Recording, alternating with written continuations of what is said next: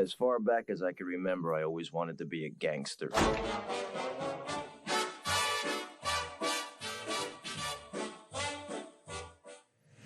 All right, everyone, welcome back to another episode of the Sleeping with the Numbers podcast.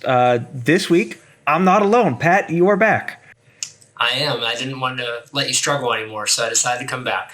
I appreciate that. I was getting pretty lonely. So we're recording on Sunday. All of the afternoon games have finished up, so we kind of have an idea of how our picks went, how our fantasy teams did, stuff like that. So today's episode is really going to be just recapping how things have gone so far. And so with today's first question, what team surprised you this week? And by this week, I mean today. I guess we can even include Thursday's game. Yeah, I guess it's a two-parter because if we're going to include Thursday, I was a little surprised that the Buccaneers let the Cowboys get so close. I kind of had a feeling that Zeke wasn't going to do much.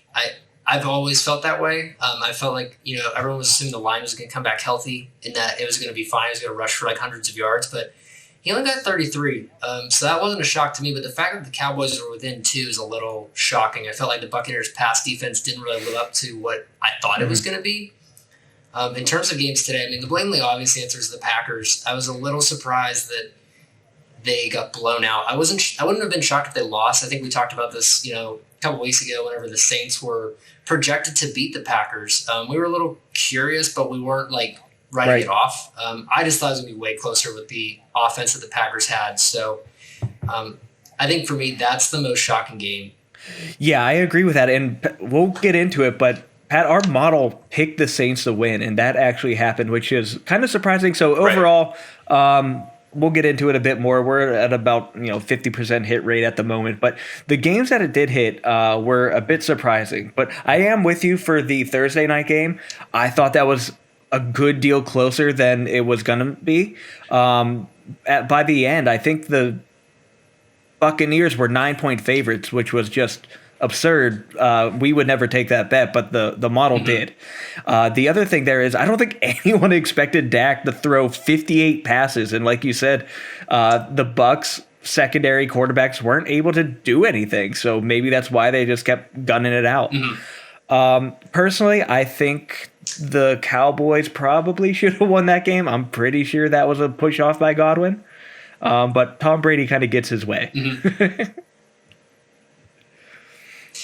Yeah, I think that the ship will be righted. I don't think the Bucs should be written off. I don't think this is like a warning flag or anything. I think it was just first game of the season. Everybody has their issues, and I think Tampa will figure it out, and Dallas will come back down to earth.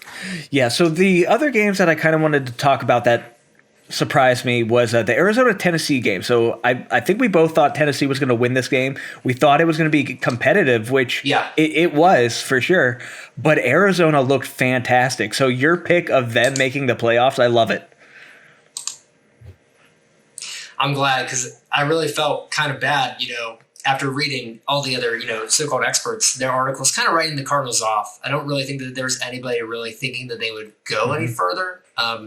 So I do feel glad that I at least felt like their potential was something that was real. And they kind of showed it off today. I think what's also kind of alarming is Derrick Henry only doing 58 yards. It seems like most of these games today had very, very low rushing totals for these massive lead backs. So that's a little concerning. I don't know if it's the NFL system. I don't know if it's just everyone's trying to get out and score early or what's going on, but I think that running backs have had a very, very bad week one overall. Yeah, it seems like the guys that did kind of live up to it was, I believe, Christian McCaffrey, the last I looked, was still at the top for at least half PPR.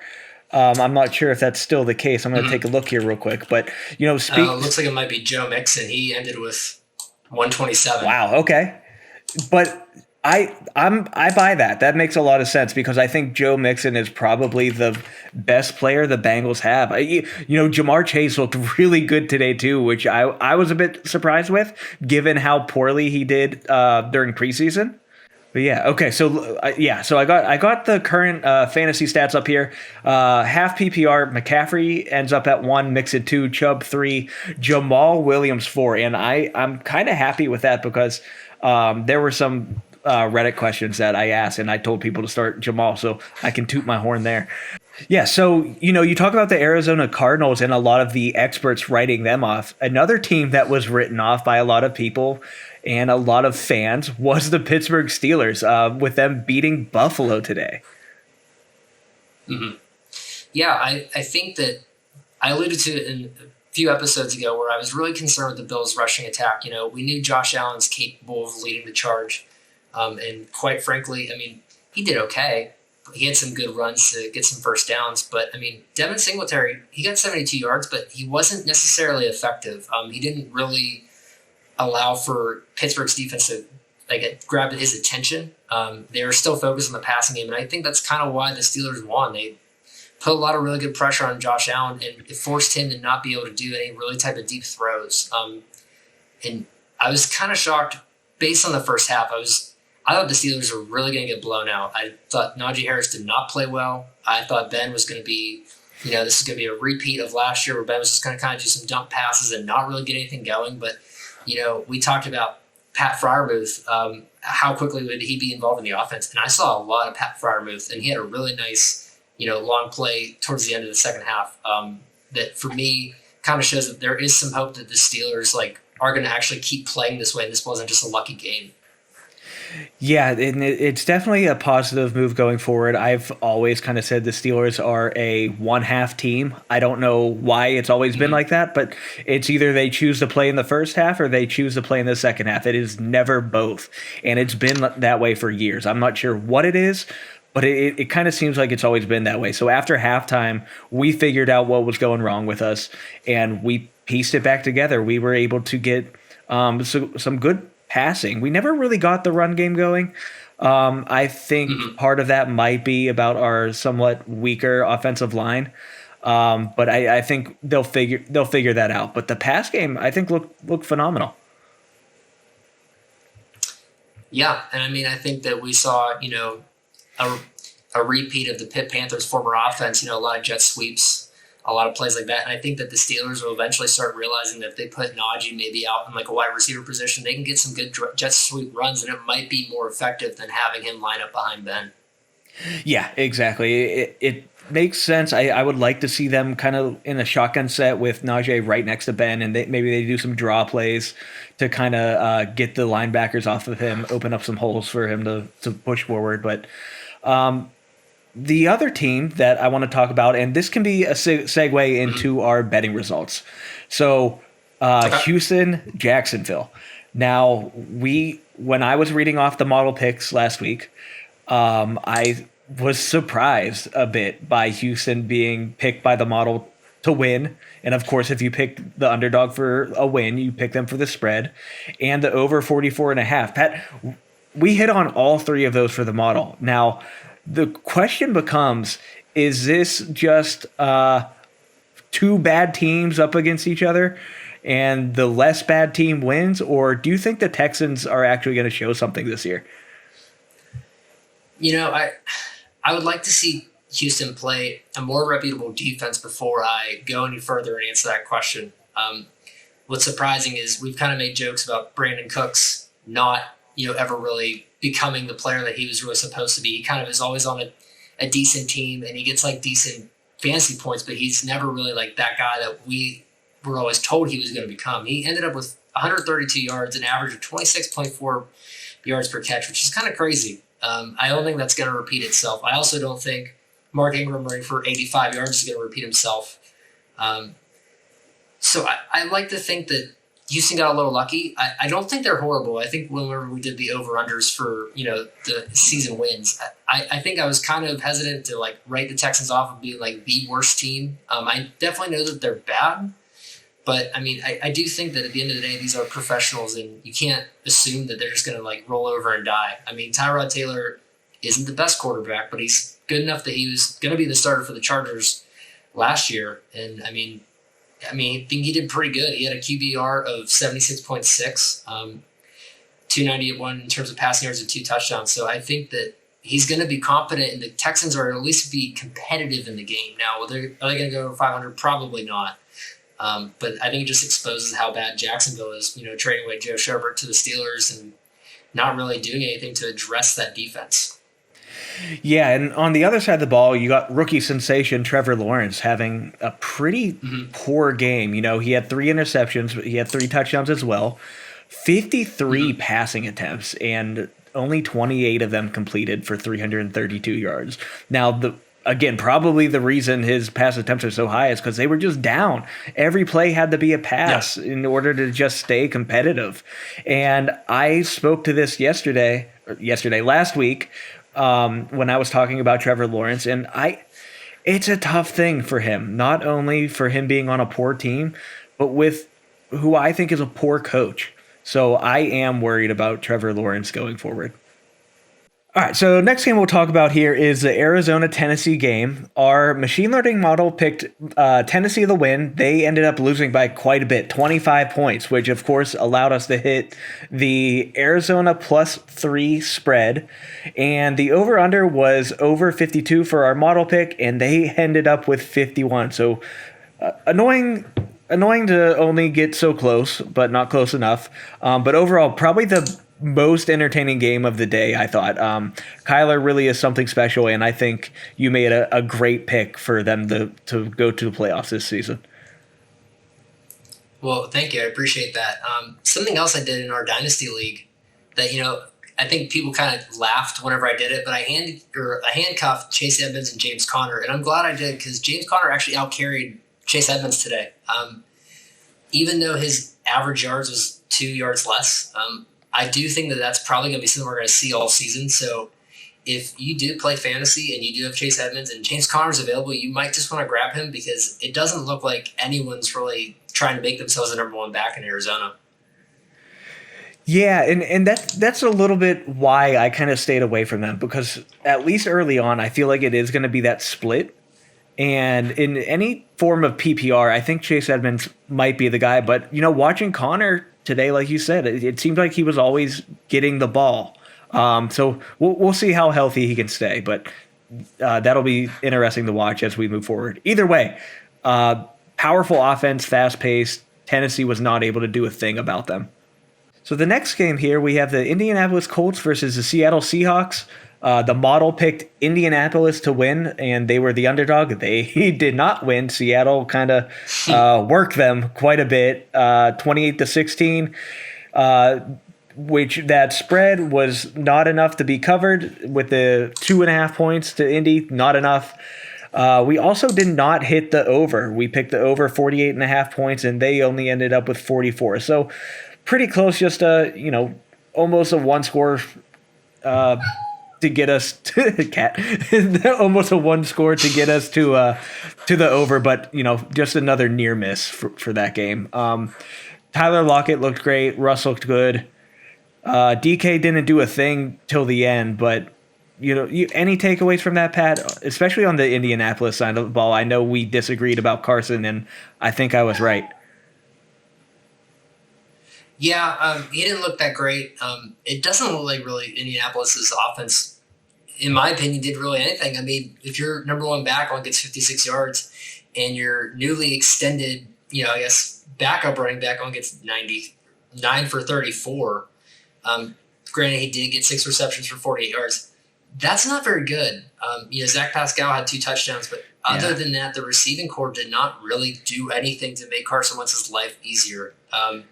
So I think it's going to be, a couple games for Indianapolis to hopefully get warmed up. I'm not going to give up on Carson, but, for right now, you're correct. You made the right call.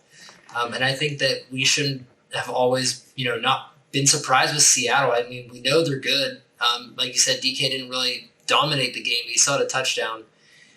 I guess really what we just need to find out is Seattle actually good like we assume that they were, or is Indianapolis just that bad and we're just assuming that since they're in the AFC South they have a good chance of making the playoffs? Yeah, that's a good question. And you bring up Pascal being kind of the number 1 guy there, where everyone here thought it was going to be Michael Pittman, and I put Pittman in a lot of DFS lineups and I got nothing from him.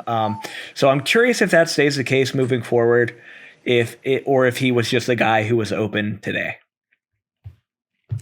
Yeah, especially, T.Y. will eventually be back, so I would like to see how this receiver core shakes out whenever he does return, because I don't think really there's going to be a number one dog in this, team.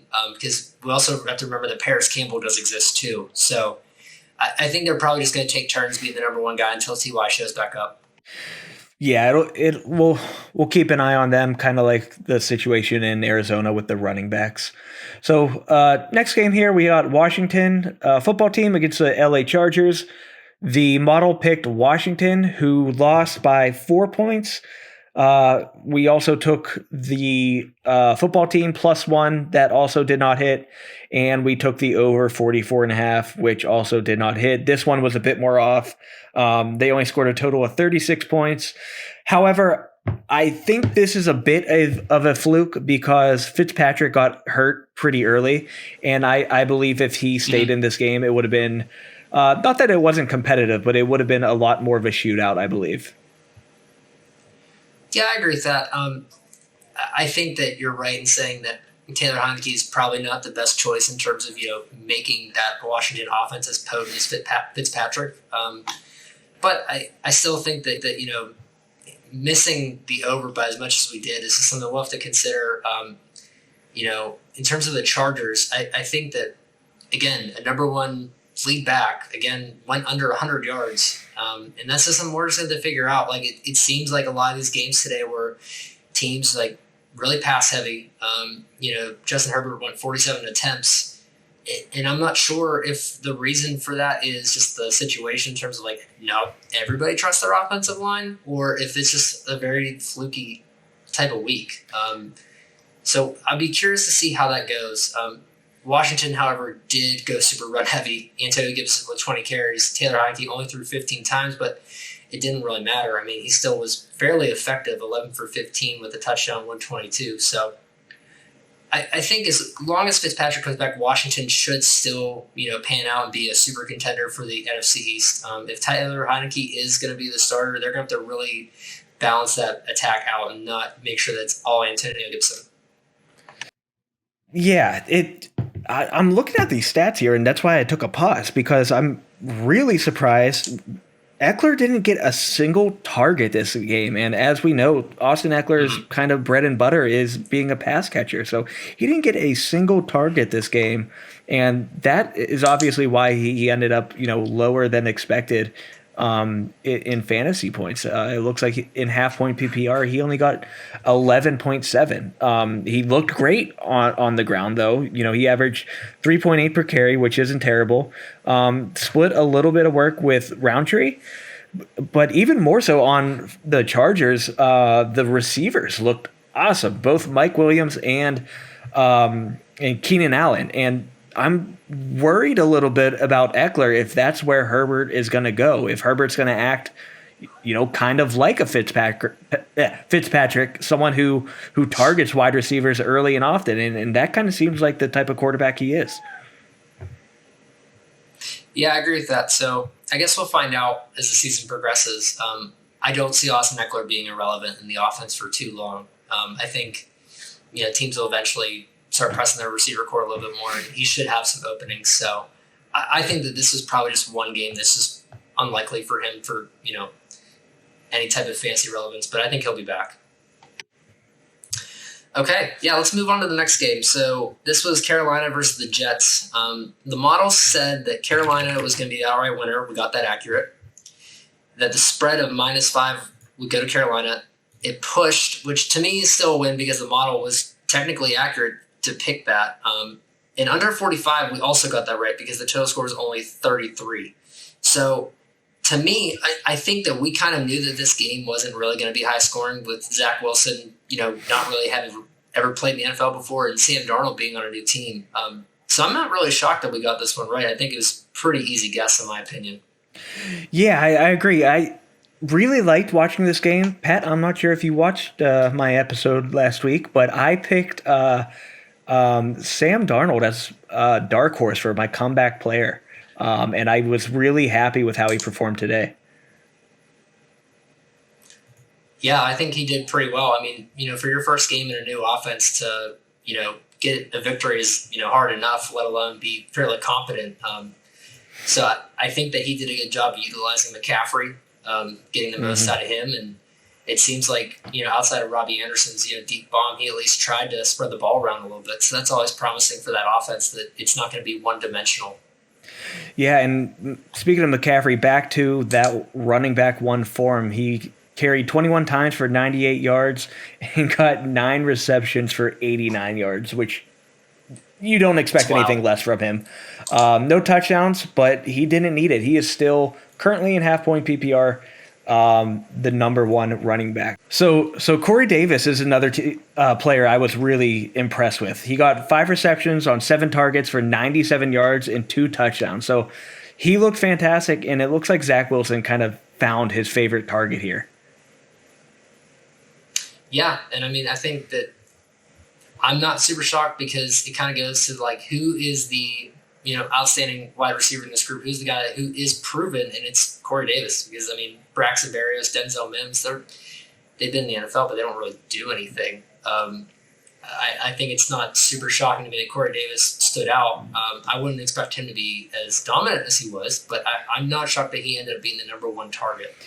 Yeah, I think for more so a full PPR, he's a solid play going forward.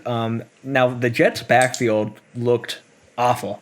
You had a 3-headed, I don't even want to call him a monster, a 3-headed baby.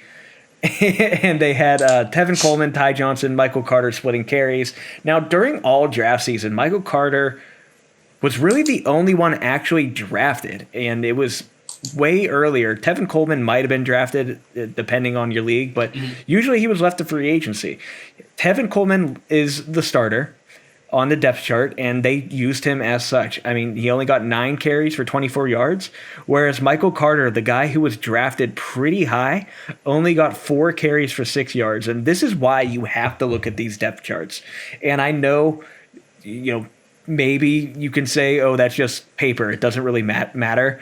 But it absolutely did in this case. Tevin Coleman was the first string, Michael Carter's the third string, and that's exactly how it went. Yeah, agreed. So I think as the season progresses, we'll kind of get an idea who the number one back is in New York. But right now, I wouldn't play any of them if I was playing fantasy. Yeah, it's definitely not worth it. So, yeah.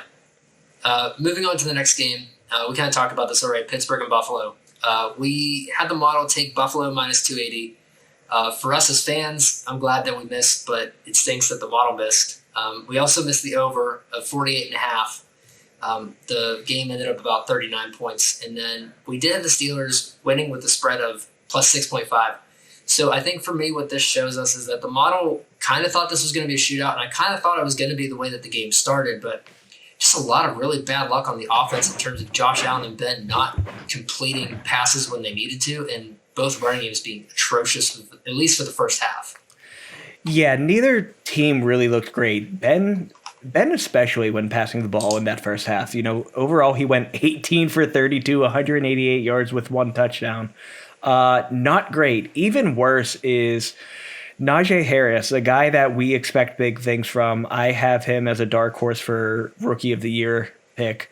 I still think he can have he'll definitely have more opportunities going forward, but this is not what you want to see for your first game out there. No, and I agree with you. I think that eventually he'll figure it out. I think that it was probably naive of us to assume that a rookie running back was going to have a great game his first time out, especially against a good team. So I'll give him the benefit of the doubt. And I think that as the season progresses, the line will kind of flow a little bit better, because I noticed the commentators are making points about, oh, look at Najee. He's so patient waiting for the play to develop. But to me, it's like, I think the real problem is that he had to wait for the play to develop a lot. Like, the line did not give him the holes when he needed it. So he did make some things happen, but I do think as the season goes, I think that offense will be a little bit more, in tune with one another, and they'll be able to at least give him some better holes to run through. Yeah, and I think the next 2 weeks are going to be a bit easier for him. We have the Raiders next week and then the Bengals. So 2 probably easier matchups for the running back situation. Yeah, agreed. So our next game, it was Bengals and Minnesota. The model picked Cincinnati plus 3. We got that one because obviously Cincinnati won. What we missed was Minnesota winning outright. They obviously lost by 3. And then the over 48, we did hit that as well. I was a little shocked when I saw the over because I kind of thought Cincinnati wasn't going to be as good of an offense as they showed. But Joe Burrow looked pretty decent. And we kind of talked about this earlier in the show.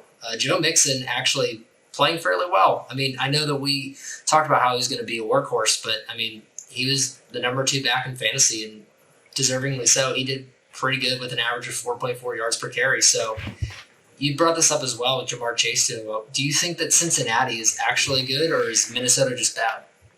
It has to be a mixture of both. I think Joe Burrow came back stronger than a lot of people expected off that ACL tear, and he looked great. He really did. 20 completed passes out of 27, 261 and 2 touchdowns, no interceptions, which is really the big thing there.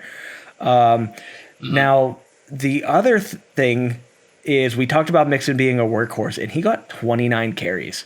And 29 carries and 4 receptions for 33 touches. I don't know if there is anyone. I will have to look at these stats, but I don't think there's anyone that came close to that amount of touches. That's absurd. So having a workhorse back in the NFL in 2021 is pretty rare. There's only a couple of them. Mixon, Henry, Dalvin probably. Well, Dalvin for sure, actually. He got 20 carries. The other running backs got 1 apiece. But as far as Cincinnati actually being good, I don't think they're better than Minnesota. I'll say that. that works. But they need to play a stronger team before I actually say anything. But I was impressed today. Yeah, and to kind of answer your question, the next highest carries was Mark Ingram with 26. That's a little surprising. Wow. Not really, though, because Mark Ingram was pretty solid when he did play in Baltimore. He didn't actually get a lot of touches, but when he did get touches, he was pretty good. So just kind of shocked that they kind of led the way in terms of, usage. But I guess in terms of shocking things, I think the number one game, we didn't really talk about this when we talked about, what was the most surprising thing, was just how bad Atlanta was today. Our model was kind of shocked as well because we took Atlanta to win outright, Atlanta -3, and over 48. We missed all 3. The total points was 38. So I guess for me, is the fact that, there's no Todd Gurley anymore, is that really the problem? Is that Atlanta is one-dimensional and they figured that they're just going to try to pass it to Ridley and Pitts the whole entire time? Or do you think that Philadelphia and Jalen Hurts are actually going to kind of be contending for the NFC East? Yeah, this is a tough one. I don't think the problem is that they don't have Gurley anymore. I think the problem is that they don't have a run game at all. And even if Gurley was there, they still wouldn't have a run game. When your top rusher is Cordero Patterson, that's a problem.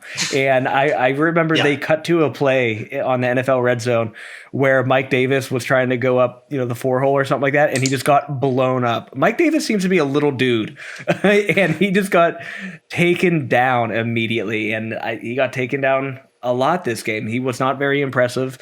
And I think a lot of people were shocked, not only by Atlanta's poor play, but by Philadelphia's fantastic play.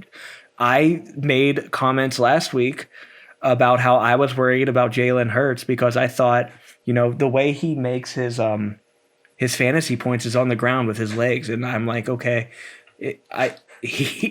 can he do that? And in a game where they're expected to be trailing.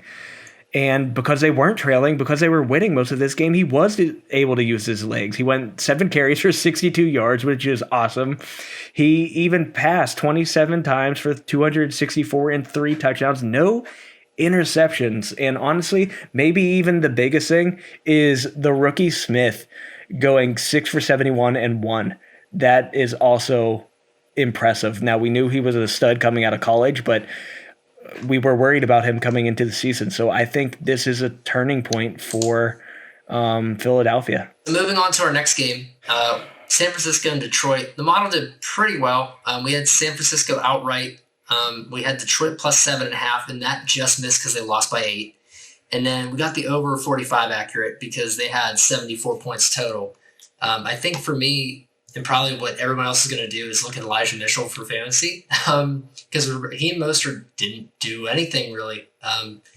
And we kind of talked about, how he's sort of like a glass house. So I think that this San Francisco backfield's wide open. If you pick Raheem Mostert, assuming he was going to have like a breakout year, you're probably wrong again. But it was nice to see Trey Lance, 1-for-1 with a touchdown. I think that he's, kind of playing to the fans a little bit, and they just wanted to let everybody know that, we're going to groom him and he's going to be in there soon. So. Yeah, I'm curious here. We always knew Mostert was not going to stay healthy. It really, anyone in San Francisco just doesn't stay healthy. I think this game was more of a showcasing for Jimmy Garoppolo, trying to tell the other teams, hey guys, he's still really good. You want to trade for him? Come on. And so we'll see what happens there, because Trey Lance is the future. They can't keep paying Jimmy. He's way too expensive with that contract, but that's also a reason why a lot of other people aren't looking at him. So Jimmy looked good. Trey looked good on his one pass. Debo looked incredible, and this, I think, was a shocker to all, especially fantasy players. Everyone thought Ayuk was going to be the one. He didn't catch a single pass. He got a goose egg, and guess who started him in one of his fantasy lineups? Was it me or you? I forget. His NFL app crashed, so we have no idea. It was me, but it's okay. I also had Debo in one league, so that helped. I'm pretty sure I started Ayuk as well, thinking the exact same thing. So I'm with you on that. I was a little shocked that he was just so irrelevant. But yeah, I mean, we saw last year that Debo's a pretty good wide receiver, so I'm not shocked he did well. It's more just the polar opposites in terms of usage. Yeah. So moving on from that game, Browns and Chiefs. The model did okay. We took Kansas City outright. The model did Kansas City -6. They only won by 4, which is close, but it doesn't matter. And then we got the over 53 correct. I think we kind of knew that this game was going to be a good game. To me, nothing really shocks me. Patrick Mahomes played well. Tyreek Hill went off. Nick Chubb went off. I think that this is the one game this entire week that was pretty, on script. I don't know if you agree with that or not. No, I absolutely do. And when, I was talking through the model picks last week, we hit that Kansas City -6, and I'm like, I don't think so. That's a lot of points, and Cleveland was close with them the last time they played in the playoffs, and they were close with them in this game, and we're beating them up pretty good until Mahomes figured it out. Mm-hmm. Yeah, so I think both those teams will be really good for the AFC, and I'm excited to watch them going forward. Moving on to the next game, Giants and Broncos. We went 0-for-3 on this one. The model did not do very well. So we had New York as outright, over 41.5, and New York +3. New York lost by 14, and the total points was 40. So just missed the over. But honestly, I didn't want to ever put any money on this game because I had zero faith that anything from Denver was going to go well, just because everything's so new in terms of the running backs and the quarterback. And we know that the Giants were kind of, playing it off as if, Saquon may or may not play the whole entire time, and he ended up with 10 carries. So he was basically irrelevant this entire game. Yeah, that's really a shame. On Friday, I did a question of the day for myself, and I said, which running back has the most bust potential? And it is Saquon Barkley. Not only with the injury risk, but also I stated, even if he does play when he comes back, it is not the same team that he left when he was, the Saquon Barkley that everyone thinks of. And maybe they were just easing him in today. But this is something you got to look at moving forward. Now, the other takeaway that I was slightly surprised with, because it was always kind of a question of who's the number one running back in Denver and who's the number one receiver in Denver. And we expected Gordon to kind of be the leader, with Javonte taking some of that work away, basically a 1-2 punch. And going forward, it might be more even. Javonte actually got more carries with 14 yards to Melvin Gordon's 11. Now, Melvin Gordon popped off a long 70-yard run.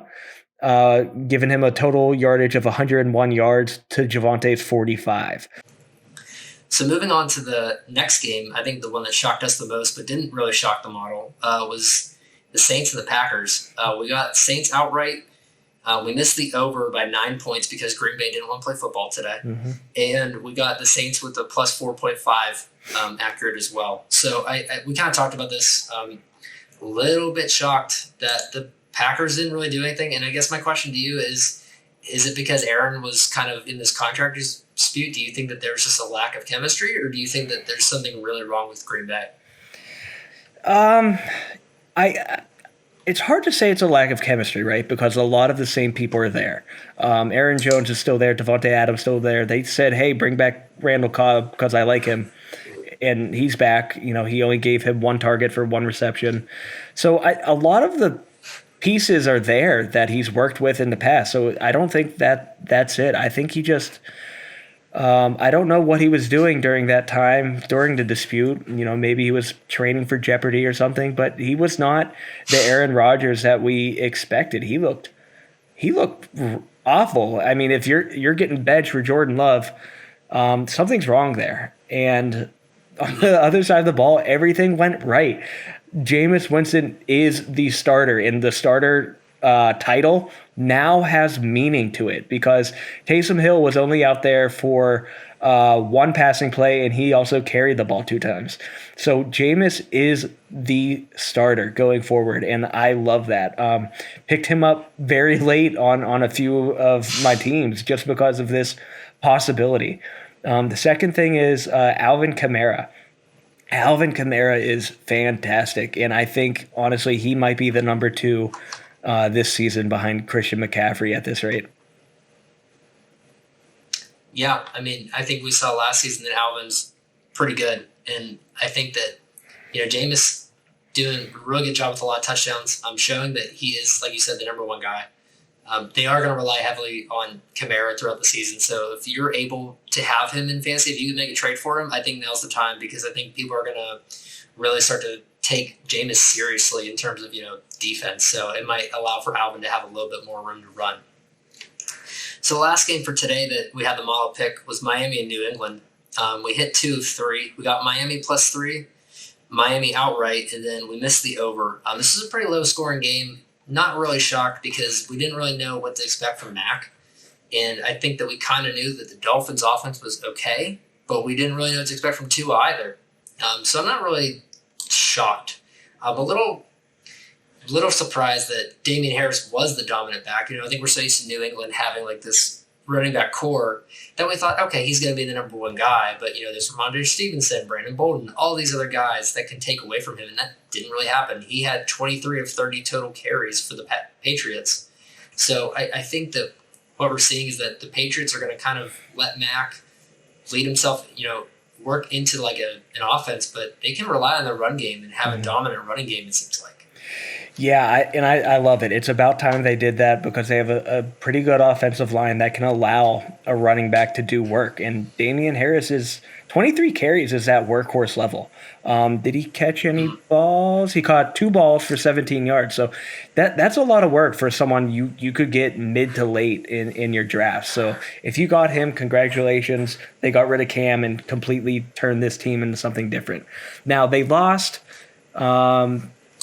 It's interesting to think why they lost. It kind of seemed like a defensive battle. Tua did not look good at all. Waddle looked great, which surprised me a bit. But Tua overall looked like the worst quarterback in this game, and I kind of expect that moving forward. I think New England can get this one back when they play again. Yeah, I agree with that. I think that Mac will eventually, you know, get himself in a better groove and be able to take less pressure off Damian Harris to control the game. But I do want to my own real quick before we move on. Nelson Aguilar was the number 1 receiver for the Patriots, 5 receptions, 72 yards, and a touchdown. So I don't want to brag, but I do feel like that's what's going to be, you know, the thing going forward now is he's going to be the number 1 guy. Jacoby Myers, you know, the number 2. And James White was the number 2 statistically, but I don't think it's going to happen every game. Yeah, that was interesting. Mac did a great job of spreading the ball around. 9 targets to Myers, 7 to Aguilar, 7 to White. It'll be you got the 2 tight ends there as well, and both of them getting targets. So this is an interesting team, but you expect nothing less from Belichick. Right. So before we move on to fantasy, we'll just tell you what we have coming up for Baltimore and Vegas. The model's predicting Baltimore -4.5, Baltimore to win outright, and then a total score of over 51. I think that definitely Baltimore winning is a great pick. Not sure about the over 51 because I'd like to see if the Raiders are going to have a competent offense. I feel like this could be, what kind of plagued us today, where we have teams that win and we know that they're going to win, but the other team just doesn't want to show up. So I guess we'll find out tomorrow how that's going to go. Yeah, I've been fading on this pick, as the week keeps going forward. It just seems like something goes wrong for Baltimore every day. They lost J.K. Dobbins, they lost Gus Edwards, they lost one of their quarterbacks for the whole season. So it might be a rough ride for them. And during the Monday Night Football game tomorrow, it'll be telling to see what kind of team they are. I think they'll still win, but I do not think that they'll stay that high scoring offense, and maybe the under might be the better pick here. Yeah, agreed. And because we don't know what running back they're going to put out, because they signed Latavius Murray and Le'Veon and Devontae Freeman, and they had running backs on the team already. So we don't know what their run game is going to look like. And we kind of know that their receiving core is good, but it's nothing to write home about. We know Lamar's not the best passer, so we'll see going forward. I think you're right, though. I don't think the Ravens are going to be as dominant as we expected them to be with all the injuries that they've dealt with already. Yeah, and so moving on to the fantasy, we're basically going to run through kind of the suggestions I gave the people and see how badly I screwed up their team. And that's where we start, and I feel really, really, really bad about this one. So this person asked Jalen Hurts or Aaron Rodgers. I told them to stick with Aaron Rodgers, and I feel like I probably cost them a win if they listened to me. So I'm sorry about that. Everything pointed towards Aaron Rodgers, but that is on me. I do apologize, but at least I wasn't the only one thinking that. Pat, if you had to pretend you didn't know what you know now, would you have taken Hurts? No, absolutely not. I had Rodgers on my team, and actually, I have Patrick Mahomes and Aaron Rodgers, and I was actually having a legitimate debate with myself, saying, who am I going to play? Because Cleveland's a better defense. Why would I not play Rodgers? Like, he's going to have 500 yards and 10 touchdowns. That's just what's going to happen. So I don't think you made the wrong assumption. I think Aaron Rodgers just kind of screwed you over. Yeah, and I'm going to let him know about it. So the next pick here, these are going to be quarterback picks for these few. So Justin Herbert or Ryan Tannehill. So I told him, hey, this is going to be a close one. I don't think you go wrong either way. I lean Herbert, but it is very close. So I was technically wrong on this one as well, depending on your scoring settings. Ryan Tannehill got 15.18 points. Herbert got 14.38. So 0.8 difference. Not terrible, but that one was just too close to call here. This next one here, I'm going to call it a wash because Fitzpatrick got hurt. But it was Kirk Cousins versus Ryan Fitzpatrick. No one could have, you don't predict injuries. It just doesn't. That's not something you can do. So I told him Kirk is a safer play here, but I think Fitz has more upside. And he did respond to me and said he was going with Fitz this week. So sorry about that one, but that's on him getting hurt. He shouldn't be old and playing football. So getting into the running back questions here. So we had a 12-team half-point PPR, and this one is kind of to be determined, but it was Josh Jacobs or Darrell Henderson. So I leaned Darrell Henderson and said to go with that just because I don't really know what's going on in the backfield for the Raiders, and also Baltimore is a solid defense. So since, we don't really have the outcome of this one, Pat, what would you choose here? Well, I'm looking at the box score right now because it's the second half of the game, and Darrell Henderson's the only running back with carries. So I think that you may have made the right choice. I don't think he's going to end the game with 4 carries for 6 yards, but I do think that he's going to be the feature back. We can't assume that Sony Michel is going to come in and dominate. Like, he was good for the Patriots when he played, but we know that he has some injury issues, and he's probably used in short down situations. So I think he made the right choice just because we know that Josh Jacobs had a good fantasy relevance for a little bit, but I don't know if that's going to end up being the case with Kenyon Drake being there. Yeah, so TBD. Right now, I think we're good.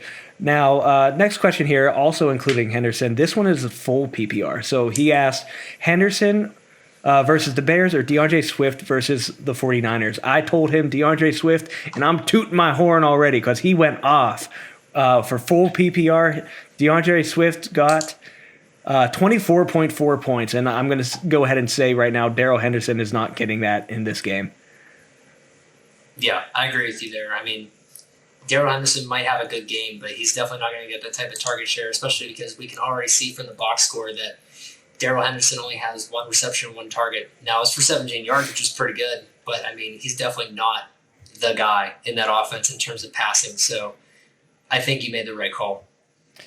And Pat, I'll ask this one to you as well, because this was an interesting question. It really wasn't a start-sit question. It was who is the easier drop in case I want to nab a player off of free agency last minute?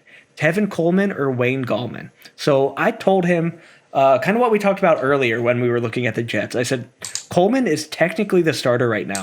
All the hype is around Carter, but he is 3rd on the depth chart at the moment. And as much as it sucks, you probably don't want to drop a starter. Wayne Gallman was just picked up by Atlanta and is likely still adjusting to the team. I actually think he was inactive for this game today. So I told him, if you got to drop one, drop Gallman.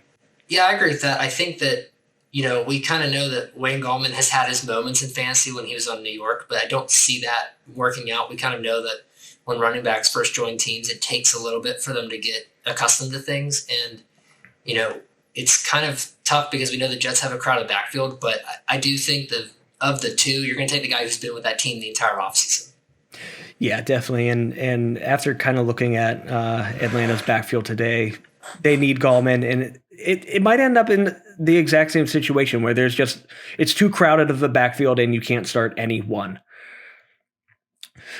So next question here. This is a flex question, half PPR, 12 team, pick one running back and any other. So he lists out Saquon Barkley, Chase Edmonds, Marvin Jones, Nyheim Hines, Giovanni Bernard, Russell Gage. So I told him, I'm like, you have to start Barkley. You have to. It is a hard thing to do, being scared with the injury risk and everything I talked about before with him not coming back to really the same team he left. But you got to start your studs. You draft him late first, first half of the second round. And you have too much draft capital in him for him to sit on your bench. So I said, you got to start Barkley.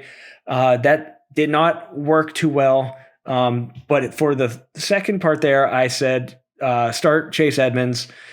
He should be the cast catching back and is technically the starting running back. Will definitely be a timeshare with Connor, but he should be the pass catching guy, which matters. So, Barkley didn't end up very well, but Chase Edmonds, where is he at? He ended up with 14.9 in full PPR, which is currently the running back 13, so not terrible. I'm glad I didn't go with my other choice here, which I said I like Russell Gage against Philadelphia. He got a goose egg, so good pick there. Would you have kind of gone the same path? Yeah, because we kind of talked about this with Tevin Coleman, and we kind of talked about this with Wayne Gallman. Giovanni Bernard's on a new team. He only had 2 receptions, 3 targets, didn't have a rush. I think we kind of should have known that Leonard Fournette was going to be the feature guy, because we know that Ronald Jones was decent. But towards the end of the season, when Tampa was in that playoff runs, Leonard Fournette was the guy, and he's going to remain the guy until otherwise, shown that he's not the guy. Nyheim Hines, he always has like some good games where he kind of goes off, but I wasn't super shocked that he didn't, outpace Jonathan Taylor because they invested so much in Taylor. They're not going to let Hines, dominate that attack. So I think that I probably would have, went the same route that you did. And I'm kind of surprised in Atlanta's offense overall. So I expected some more from Gage, but yeah. I think that will fix itself in the long run. We did see that he had 2 targets. He just didn't catch anything. Yeah. So it seems like that Atlanta's offense is just kind of a mess, and they'll figure it out. And I think that Gage will eventually kind of leapfrog Mike Davis, Cordell Patterson in terms of receiving. So he's going to be that number 3 or 4 guy behind Ridley, Pitts, and Hurst. Yeah, that's fair. And, knowing what we know now, it looks like the correct picks would have been Marvin Jones and Chase Edmonds. So Marvin Jones did pretty well, even though their team did not. In full PPR, he got 18.7. But, 1 and 2 for that, not terrible. Gio, like you said, that's not someone you can start. The only reason he got in there is because Rojo fumbled. This is a same exact question. So someone asked Swift or Henderson. We already said that, Swift, and that one went well. Getting into the wide receiver questions, full PPR, pick 3. Stephon Diggs, Robert Woods, T. Higgins, Devonta Smith, D-Jax, AB. So if he didn't start AB, I got this question a little late. I said you have to start Diggs. Now, he didn't have the best game today, but you're not benching Diggs. He still did 15.9, which in full PPR is the wide receiver 27, so in that wide receiver 3 range. But you're not going to bench him. And then the next one is Robert Woods, who is playing right now. Do we have how many he got? Robert Woods has no receptions, but he has 1 carry for 7 yards. So that doesn't seem to be going great at the moment. So I told him Diggs, Woods, and then the third, if he didn't start AB, I said go with T. Higgins. And T. Higgins also did not have a terrible game. He ended up with right behind Diggs at 15.8 points in full PPR. So not terrible there. I didn't completely destroy that guy's team. Yeah, I'd say the only thing that you missed, and I think I probably wouldn't have said the same thing either, was Devonta Smith being the number 1 receiver for the Eagles. We'll see if that carries out, but I mean, he had the most targets and he had the most yards. So I think that was something that we kind of knew he had potential, but I wouldn't have assumed he'd be the number 1 guy the first game. I do think that this game's a little bit of a fluke, so I probably would have given the same advice. I definitely would have said Stephon Diggs because he did lead the Bills in targets. I think that Pittsburgh just actually got themselves together in terms of pass defense and shut him down. Yeah, agreed. So moving on, the next question here is another, well, let's see how I feel about it, because this is a standard scoring question, which, I mean, I don't mess around with a lot, but it was a standard scoring question, Debo or Cooks. And as we know, Debo went off. He ended up in standard scoring with 22.9 points as the 3rd running back. And then Brandon Cooks ended up at the wide receiver 20 with 13.2 points. So about 9-point difference. I said that I lean Cooks, but this is super close. Can't go wrong either way. And it was not as close as I expected it to be. Yeah, I think we kind of talked about how Cooks kind of surprised everybody in terms of the fact that it actually panned out. But yeah, I probably would have given the exact same advice as you. So again, I think that we just kind of had several games where people didn't show up when they were supposed to. So I think that, and all in all, I think that we kind of have a good idea of what should happen the following weeks in the season. There's a lot of issues with guys kind of doing things that, we knew were possible, but it seems like a lot of them just played out all in their favor. For sure. So another wide receiver question, full PPR, Jerry Jeudy or Corey Davis. I said Corey Davis. Gonna toot my horn there too. Corey Davis ended up as a number 5 wide receiver for full PPR, and Jerry Jeudy did not even make it into the top 30. So I'm happy with that pick. I'm glad. He had a lot of other responses saying to go Jeudy, and because of that, that's why I'm like, I feel like I'm going against the grain. But full PPR, who else are they going to throw to in New York? Right. I think that the smart pick is always, pick volume over, I guess, ceiling. And I think that's what people think of Jerry Jeudy. They're like, oh, he's going to be great. He's going to be great. But that doesn't mean he's going to be the number 1 choice in fantasy. I mean, you're assuming that he's going to dominate in targets in terms of Cortland Sutton and Noah Fant. We know that it's not true. So, like you said, if you're going to pick anybody, pick the guy who's the only guy on that team. Exactly. So this will be the last one here. It was a flex question, 12-team half PPR. So let me fix my score in here. Choose one. Brandon Cooks against Jacksonville, Melvin Gordon against the Giants, Devonta Smith against Atlanta, Jarvis Landry against Kansas City. I told him to go with Jarvis just because I really love Jarvis for PPR. So looking at where everyone landed, Jarvis Landry currently the wide receiver 16 in half PPR with 16.9 points. Brandon Cooks was at wide receiver 20. Melvin Gordon, I don't even see him. I got a Gordon. Oh, there he is. Melvin Gordon actually at top of that list, he got 19.3 points, so he would have been the one to pick at the moment. And then Smith ended up as, we know he had a really good game, but only as the wide receiver 19 with 16.1 points. So pretty close here. Landry 16.9. What Gordon got 19.3. So about 3-point difference there. So I don't think, that guy had a terrible game if he ended up with my pick. Now, the big note here, and one that he left, and I'm glad I kind of got to talk about this on Friday's episode. He said that Jarvis could be a double-edged sword because my opponent is starting Baker. So it sounded like he was worried about starting Jarvis because his opponent had Baker, when it should have been the opposite, right? Because anytime Baker throws Jarvis the ball, you get further away from your opponent. You put more of a spread in there. So the example I gave was if Jarvis catches a 1-yard pass, he gets half a point because it's half PPR and 0.1 for the yard. So he gets 0.6 points for that play, where Baker, depending on your scoring, would only get 0.04 or 0.05 points. So that's a massive gap every time Baker throws Jarvis the ball. So that's kind of a sneaky little defensive play you can do in fantasy if you're playing against an opponent's quarterback. Throw in their wide receiver. That'll allow some separation to be made. Yeah, I think you did great service to him in requesting Jarvis Landry out of those guys, because that's what I would have picked. I would assume that what actually happened this game was pretty close and that Cleveland would need to pass the ball. Now, fortunately for Cleveland, Nick Chubb decided to show up, so it made it a little bit easier. But Baker did have 28 attempts for 321 yards, so they did try to throw the ball at least. And I think that Jarvis is that number one guy. Nick Njoku led the team in reception yards, but that's only because he had a 43-yard catch. I don't think that outside of that, he's going to ever really take over that core. So I think that Jarvis for the rest of the season should be the number one receiver in Cleveland.